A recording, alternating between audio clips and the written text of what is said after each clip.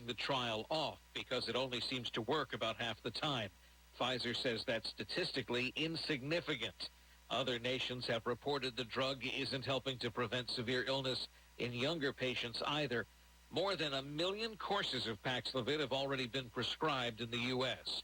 Eben Brown, Fox News. Now to another virus outbreak that's much smaller than could get a new name. A group of scientists complained to the World Health Organization that the name monkeypox could be stigmatizing for its victims. They wrote, in the context of the current global outbreak, continued reference to and nomenclature of this virus being African is not only inaccurate, but is also discriminatory. The CDC says the virus was actually first found in monkeys at a Danish research facility back in 1958. So the WHO's announced it's going to rename the virus as soon as possible. The disease has infected over 1,600 people in 39 different countries so far this year. Jill Nato, Fox News. The battle for hockey Stanley Cup starts tonight. Game 1 of the NHL final, Colorado versus Tampa Bay. I'm Dave Anthony. This is Fox News. In one... WPTV's First Alert Weather on WSTU is brought to you by Sailfish Roofing, offering excellence, honesty, and integrity in everything they do. Sailfish Roofing, 772-263-ROOF. Community roofing company you can trust. Sailfish Roofing. Now here's WPTV's First Alert meteorologist. Your WPTV First Alert forecast. This afternoon, hot, humid, and hazy with highs in the low 90s. Some isolated inland showers and storms possible. A rinse and repeat forecast to the end of the work week. Hot and humid with highs in the low 90s. Heat index values reaching the triple digits. And only a few inland showers and storms possible. A front stalls out over the weekend and rain chances increase. Sunday expected to be the wetter of the 2 weekend days with highs in the low 90s. I'm WPTV First Alert meteorologist Katya Hall for WSTU 1450, Martin County's Heritage Station. You are listening to WSTU, Stewart, Jensen Beach, Hope Sound, Martin County's Heritage Station. It's time now for the Casey Ingram Show on WSTU. The opinions expressed are those of the program host and guest and not necessarily those of WSTU. WSTU does not endorse products that may be mentioned. Any reproduction or retransmission of this broadcast is strictly prohibited without written consent of WSTU. It's time to call in with your questions and comments at 220-9788, 220-WSTU. And now, here's Casey Ingram. Good morning and welcome back. We have the Meet Your Candidate series this Wednesday, and my first guest in the studio is Jen Russell. She's running for Martin County School Board, and it's going to be a fascinating half hour and really get to know you a little bit better. Appreciate you coming in, Jen. Thank you so much for having me on today. It's absolutely my pleasure, and I look forward to the conversation. Before we get into that, though, I want to let folks know that we're not taking phone calls for Jen, but if you have a question or comment for her, please feel free to go to the Facebook page, the Casey Ingram Show Facebook page, and I'm watching there for any comments or questions, and I can pass those along to Jen. Also, a big shout out to my sponsors, Indiantown Marina. I talk about this every week, but oh my goodness, it's hurricane season, and I can't stress enough, you'll want to make sure that you have safe harborage for your boat. And Indiantown Marina is one of South Florida's very best boat storage facilities, and in my opinion, it's really the safest place to keep your boat because they are inland on the Lake Okeechobee Waterway, and they're very well protected hurricane hull. And I can tell you, once a hurricane is named, from personal experience, you're probably not going to get a spot in this town to store your boat. So get your reservation in now, have peace of mind, and know that you'll be able to have a place to take your boat in the event a hurricane does come our way, which they are predicting, which they do every year, that there will be some. Also, while you have your boat out there, it's a do-it-yourself and full-service boat yard, so you can have all kinds of work done, bottom painting, prop and shaft work, anything that needs to be done. So that's the good folks at Indiantown Marina. You can give them a call at 772-631-3272. Also, don't forget about the best kept secret in Martin County. That's down in the pocket, Port Salerno, and it's the Fish House Art Center. You can look it up online before you're heading out at thefishhouseartcenter.com or give them a call, 772-221-5482. Great place to go, and it's a fun place for the entire family. They have an art gallery, boat charters, marina, so you can come by boat or car. Also a craft and creamery. It has craft beers, wine, and 24 flavors of ice cream. Something for the entire family and a lot of fun. Again, it's the Fish House Art Center down in Port Salerno. And finally, COVID, unexpected expenses, and illnesses. There are many issues that can cause your successful business to slump deep into the red. We are here to help, and we only get paid if we provide you a workout. Debt restructuring is complicated. We are the negotiator between you and your creditors. Commercial Mortgage has been in the industry of small balance corporate finance since 2003. Our focus is on challenging corporate foreclosures, debt restructures, equity, and new debt solutions. These issues are often not easy to see or understand when you run a business and are faced with multifaceted debt challenges that include legal action on various fronts. That's where we come in. We never charge a front fee or deposit, and we're only paid if we successfully provide you a debt workout. Areas of expertise include hotels, marinas, office buildings, restaurants, apartments, multifamily, condos, golf courses, home builders, and land development, including new and repurposed developments. Call Commercial Mortgage, LLC at 772-872-6099 or visit them online, commercialmortgagellc.com. Now I'm excited here to be able to talk with our candidate, Jen Russell, here for the school board. A little bit about Jen. She's the wife of a retired firefighter. She's been married for 18 years with 2 beautiful children. She's a former assistant administrator of a private Christian school, and during COVID, she also became their financial administrator. Loved her job, loved her students, parents, and staff. Being able to run for the school board is a wonderful opportunity for her because it allows her to serve the children, the parents, and the teachers of the community. And she wants to be an advocate for all stakeholders.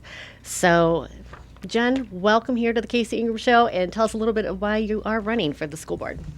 It's something that has been so important to me, just being able to serve the members of the community and our children, and opening up a line of communication between our parents and our teachers. I think that is key to a child's success. I see such a difference when a child has parental involvement, and I mean, just watching them every day, watching the children that I had at our school and our early learning center, you could see a difference of the children who had parental involvement at home, where their parents were reading to them at night, their parents were engaged in what was going on, had concerns about their child, hey, how can I help? And it just takes that level of frustration away for the child as well. I feel that, if we have parental involvement, we can solve a lot of our behavioral issues that we're having. I think parental involvement is very important, and trying to encourage folks to do that is so important. It's not always easy for some people if they're single parents or what have you, but like you said, it really makes a difference in that young child's life to have that support at home. Yes, absolutely. And when you talk about parental involvement, what about school of choice? What are your feelings about giving parents the right to choose where or how they teach their children? I'm an advocate for school choice, one being in my own life with my son. For us, in Florida, I feel that being a school choice state is so important because you're empowering the parent. You're giving them the right to choose what best or fits their child's needs. And every child's different. They don't all fit in a box. They don't all have the same learning styles. They don't all have the same learning abilities. They do learn at different times, and you have to find what fits for your child and your family's needs. And so having that in the state of Florida is such a wonderful thing because that isn't everywhere. It's not something that's promoted everywhere. And I think here, our children will excel here, and they'll be on the top of their game, and they'll be successful. I want to talk to you a little bit more about that, but as we're talking about school of choice, yesterday they just broke ground for a new charter school out in Indiantown. Yes, I was there. It was a great ceremony. Wonderful. And these charter schools, sometimes I think there was Treasure Coast Classical Academy opened up a couple years ago now. Yes. It's growing. As a matter of fact, I think that they're expanding their location. But there was a lot of opposition to that school, unfortunately. So how do you feel just in particular? I mean, school of choice charter schools, the big argument was, well, they're taking money away from the school district itself. So how do you feel about the charter schools in the county? There again, going back to making sure that you find the best fit for your child. So Indiantown, yes, I was there yesterday, and it was a great ceremony. That is designed for the workforce. The reality is not every child is going to go to college, and we need to make sure that designing them for the workforce and trades, being specific for trades, that they can leave and have a great, they'll have their education, and then they can leave and go right into the workforce, and they're certified, they're educated, they know exactly how to go in and do that job and be successful. So we're actually turning out adults that can Contribute to society. Contribute and be employed and, Yes. and know how to do the work instead of, I agree with you 100%. There's been that push, you had to go to college and that was that. And we lost a lot of really valuable trades. And they're very well-paying jobs and very skilled people with them. It takes skills for a lot of these things. So I'm excited to hear that we're kind of bringing back the skilled trades as well as college. Depends where that, again, as you said, every child is different. So wherever their Yes. strength fits. Tell me a little bit about your kids. Where do they go to school? So my children they're homeschooled. We do a program called Liberty University Online Academy, but there's a reason for that. My son's story is a little bit different than most. When he was 2.5, or all the way up till he was 2.5, he was mute. We literally had no sounds out of him, nothing, which we thought, oh, this is great. But that actually was not. Right. So I took some time off from work. And I stayed home with him, and we figured it out. We've got some help from the state. We worked really hard on getting him in a program where they taught him how to babble and coo, because he completely missed that stage. Wow. And so they taught him, they went from there to teaching him how to sign to take the frustration away, and then moved right along into teaching him the sounds, the phonetic sounds of each letter. And he went from there. He was the fastest to go through their program at the time, and it was 5 months that he went from start to finish. Oh, my goodness. Yes, we were pretty amazed, and we were excited to know that, with all of this help, there was actually a whole lot that he had in there. Yes. And his IQ is 126. 126. Yes. There's a lot of brain power there. He's a bright boy. He has some sensory issues that we're still working on overcoming. But other than that, you would really never know. He was able to go 2 grades ahead. He actually he's never skipped a grade. Wow. He was 3 years old when he was in kindergarten, and then he went, from there on. And Oh, my goodness. a stoplight game that we played at the time was, every time we'd go to a different stoplight, I'd give him, he would solve for X. And then I'd change the variable the next time, and he was so excited about it. So doing math equations in the back Oh, of the yes. car. And that's at 4 years old. Oh, my So gosh. had we not had that early intervention, had we not had the parental involvement, I don't know where he would be today. Well, Jen, I can certainly see why you support parent choice. You had to make a choice as a parent of how to educate your son, and I can't imagine that there was a better choice than what you chose. And I understand that not every parent can homeschool, and I understand that not every parent can afford private school, and I understand that there's a wait list on the charter. Right. And that's all the more reason why our public schools should be the best that they can be. That's 100% right. Let's talk a little bit about the school board. So, folks, just so you know, the chief board responsibilities, first of all, is the employment of the superintendent. He's employed by the school board now. And also development of administrative policies. So the school board itself will determine policies and programs consistent with state law and rules deemed necessary by the efficient operation and general improvement of the district school system. They'll adopt rules pursuant to statute, a couple statutes, 120.536 and .54, to implement the provisions of law conferring duties upon its supplement those prescribed by the State Board of Education and the Commissioner of Education, and finally prescribe and adopt standards as are considered desirable by it for improving the district school system. So as a board member, it's very important. You're really coming up with the policies and making sure that they are carried out through the person that you've hired, the superintendent. Yes. If you're elected to the board, what improvements do you think you could do from where you see the board now? Well, to be honest, I feel that, well, obviously I'm one of 5. I would be one of 5, and there's a team there. Things that I would like to improve on are the reading scores. The reading scores are a little disappointing right now. They are. They came out very I don't have the percentages in front of me, unfortunately, but they're... Well, it's 51% is what 2022 is, which was really pretty much no different than last year's. But 2015, we were at the same 51%. And then we rose a couple percentages to about, I think it was 53, 54 between 2018, 19, and then COVID hit. And we know that set everyone back as a nation. All of our children suffered. Their education suffered.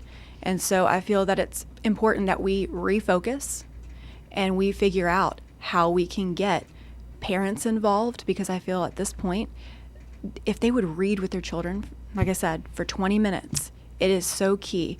And also, early learning is a huge key to their success.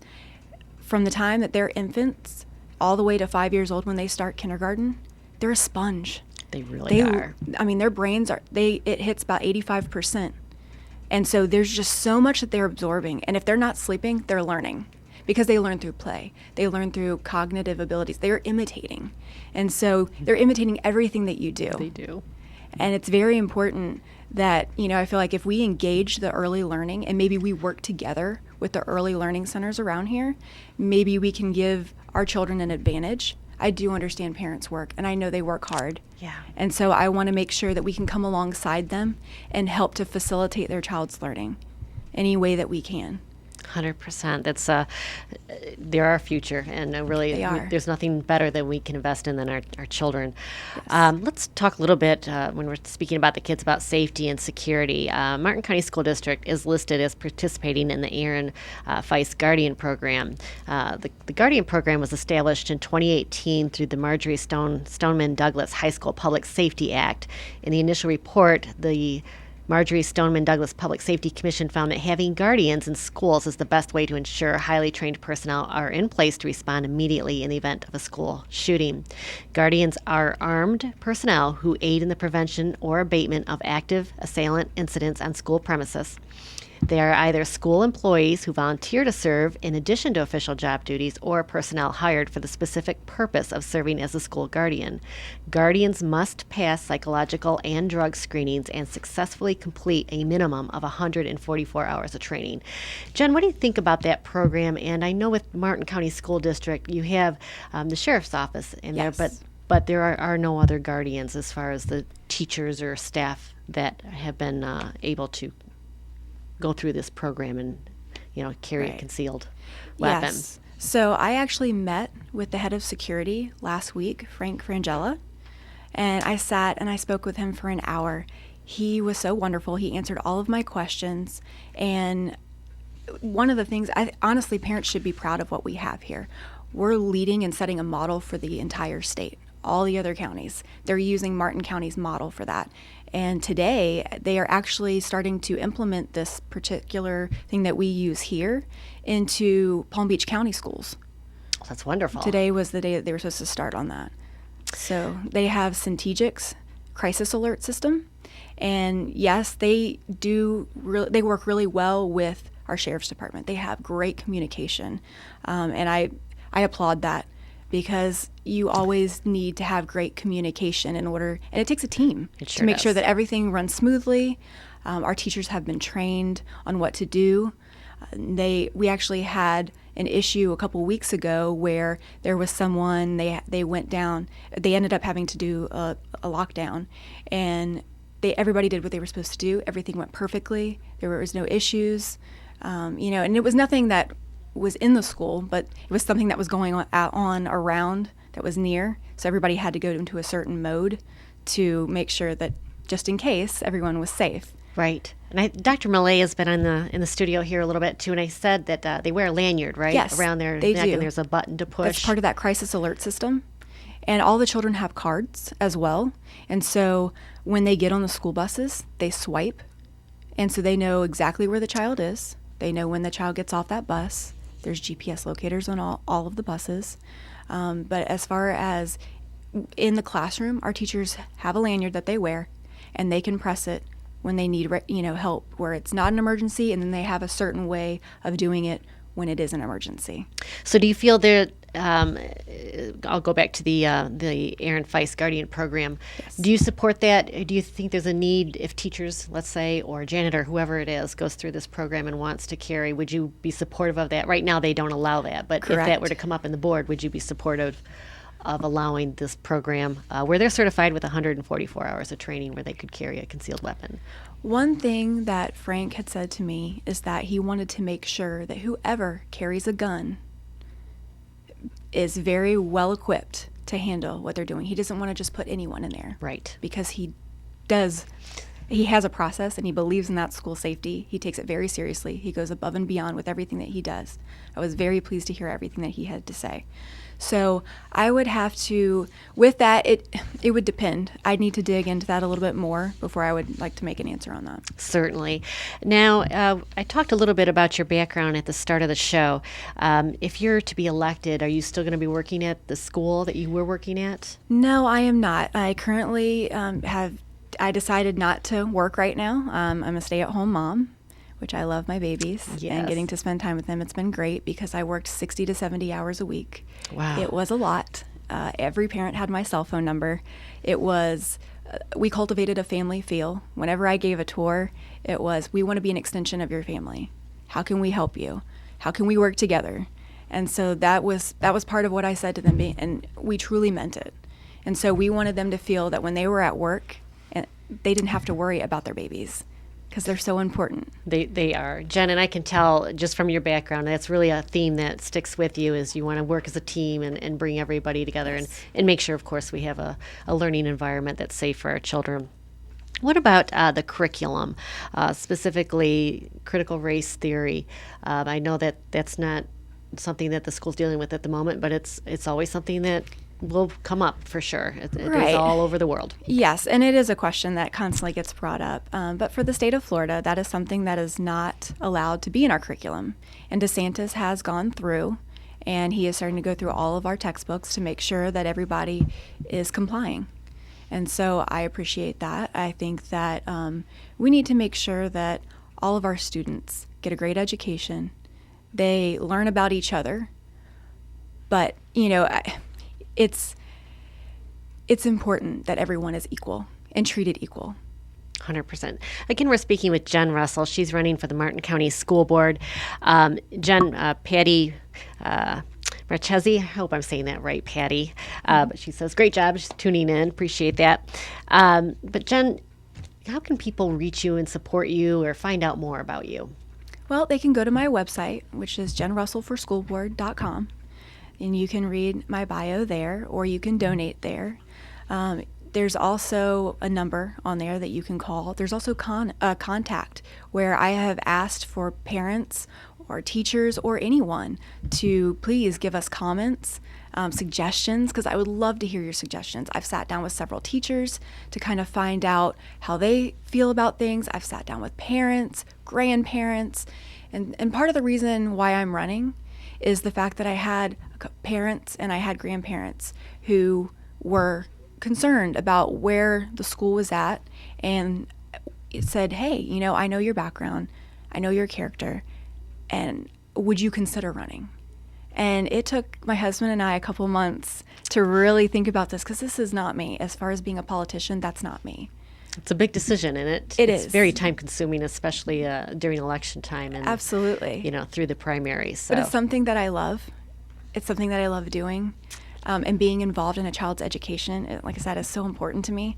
So we decided, yes, we felt this was the time for me to do it. In the end, here you are, and you're all in. And yes, I am. So anything I do, and anyone who knows me knows that when I do something, I do it 110%. Well, I definitely appreciate you coming on here, and I think people are getting a flavor for your character and where your passion comes from, and I think that's so important. And having children and raising them here in Martin County, you want the best for everybody's children that are here, and that's really absolutely coming across strong. Again, this is Jen Russell running for Martin County School Board. I want to remind everybody, next week I've invited all the school board members. I have not heard back from Tony Anderson, but Amy Pritchett will be here next Wednesday, and on July 20th, Liz Bernstein will be in here as well. So we're going to hear from all the candidates. Jen, this has been absolutely a wonderful half hour. We got just a couple minutes left, so I want to make sure we cover everything that you want to. As you're out campaigning, so to speak, what do you hear are the biggest concerns from parents? Well, the newest one obviously is school safety, right? Just with the recent shootings. But I do want to assure parents that we have a great program here, and what they're doing, that it should not be a concern. Right. And then, it's really what we've addressed, the same things. And I feel that those are things that can be helped. There's a lot of things that we can do, and I'm hoping for me, I can bring a fresh perspective and a different perspective just because I am coming from a private school setting. Right. I feel like that's something different that I can offer. I want to be a part of that team. Like I said, I'm one of 5, and I want to be a part of the team and just add my support. Well, I think it's a good perspective and a different perspective because the school educates all our children. It's really a community. It truly is a community corporation, a business entity, Yes. and it affects all of us whether we have children in the school or not. So for you to be raising children here you are a stay-at-home mom. You're educating them from home. Charter schools, there's private schools, and then the school district. And from your perspective, it's everybody working together to make sure all the children are successful. Yes. No matter where they're at, I want them to be successful. You just want the school choice. I mean, I think you're very clear with that, and you gave a very personal but a very good example as to why that is so important, because the shoe does not fit the same child. One shoe does not fit everybody. And I'm babbling on here. So, Jen Russell, I'm going to let you one more time shout out your website and all right. Well, it's good jenrussellforschoolboard.com. And please go vote on August 23rd because it is decided in the primary. And most people think it's November. So we want to make sure we get that out there. Yes, absolutely. The primary is very important, and that is where this seat will be decided. Jen Russell, thank you so much. I appreciate you coming in. We're going to have Commissioner Sarah Hurd next.